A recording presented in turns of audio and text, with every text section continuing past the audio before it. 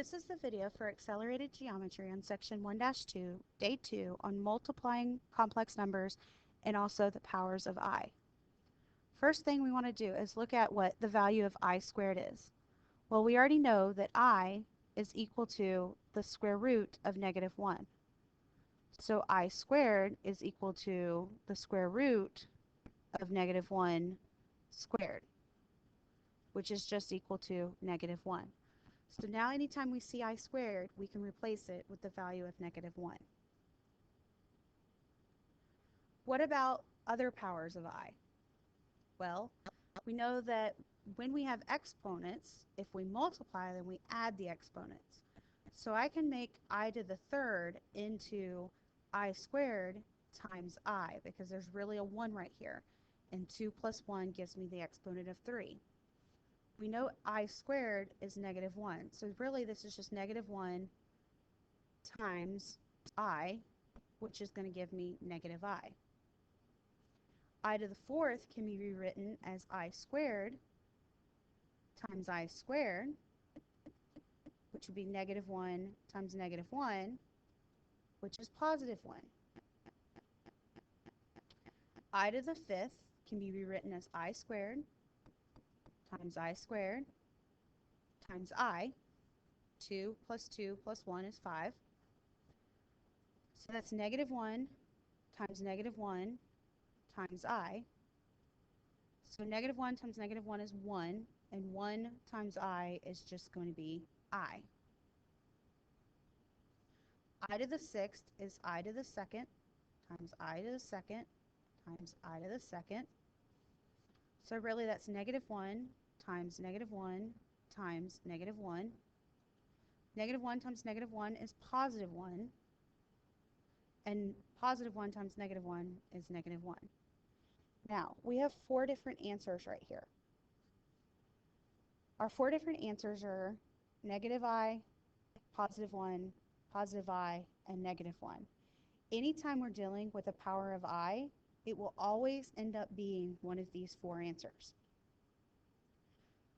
So, a shorter method, instead of having to figure out how many i's can be rewritten out using I squared or I, and then multiplying it, is to take your exponent, your power here, so in this case our power is 14, and use long division. And we have 4 answers here, possible answers should I say.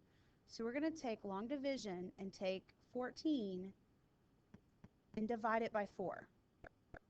So 4 goes into 14 3 times, which is 12. We're going to subtract that out, and we see that there's a remainder of 2. The remainder tells you what it's equal to.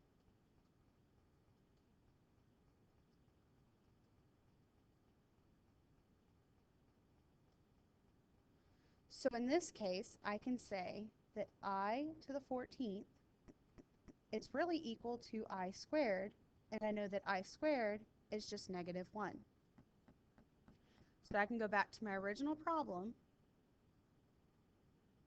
and say that it equals -1.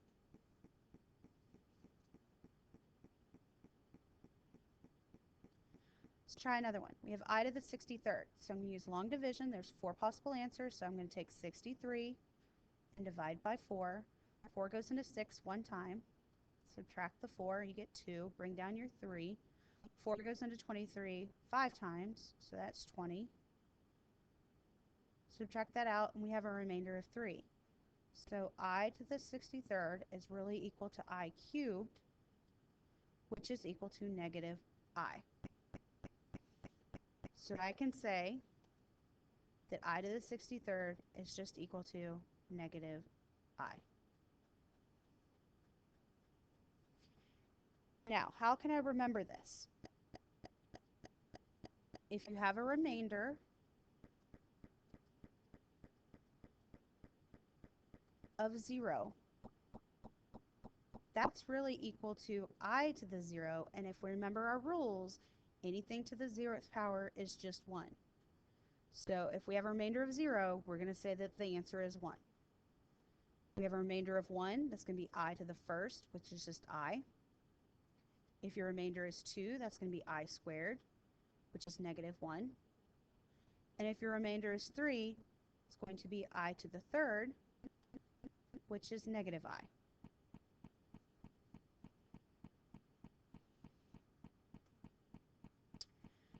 Multiplying complex numbers, to begin with, we have a monomial times a binomial, so we're just going to use the distributive property here. So negative 2i times 2 would be negative 4i. Negative 2i times negative 4i, a negative and a negative makes a positive. 2 times 4 is 8, and I times I is I squared. Well, I know that I squared is equal to negative 1, so I'm going to replace that. So that's really negative 4i plus 8 times negative 1. So that's really negative 4i. Positive 8 times negative 1 is negative 8. You cannot leave your answer like this. Your answer should always be in standard form. So we're going to take the real number and put it out front and put the imaginary number second. So our final answer for this example would be negative 8 minus 4i.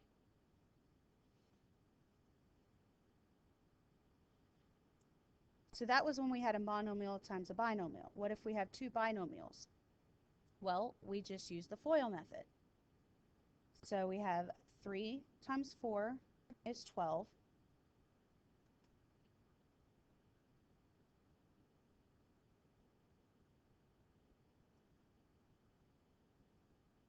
Three times negative I is negative 3i.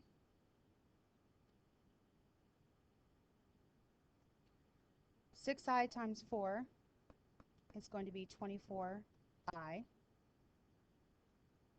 And then 6i times negative I is negative 6i squared.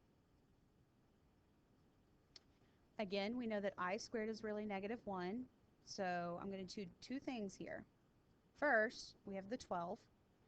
Collect our like terms, so we have 3i, negative 3i and 24i gives me positive 21i. Then this negative 6i squared is really negative 6 times negative 1. So that gives me 12 plus 21i. Negative 6 times negative 1 is really a positive 6. And then collect your real numbers. So 12 plus 6 is 18.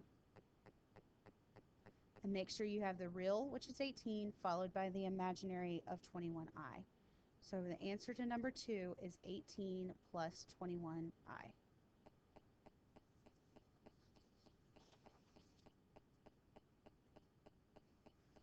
Let's try another.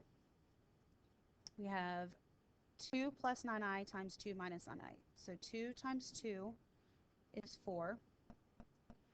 2 times negative 9i is negative 18i.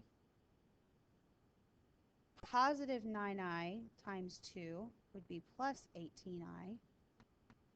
And positive 9i times negative 9i would be negative 81i squared.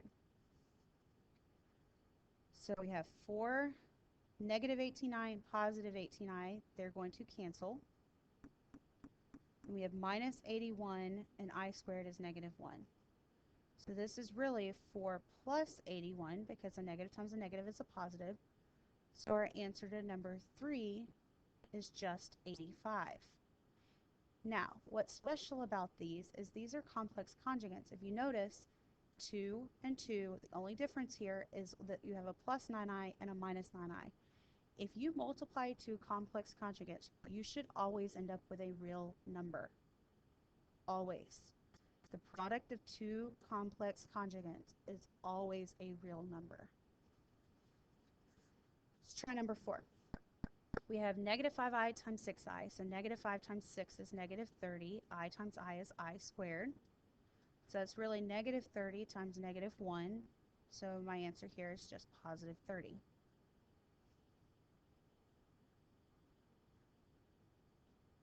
Number 5. There are multiple ways to approach problems like number 5. What I suggest you do first is just distribute the 4i to one of these binomials. Do not do both. You only distribute to one. So we're going to take the 4i to the 3 into the 5i. So that's going to give me 12i plus 20i squared.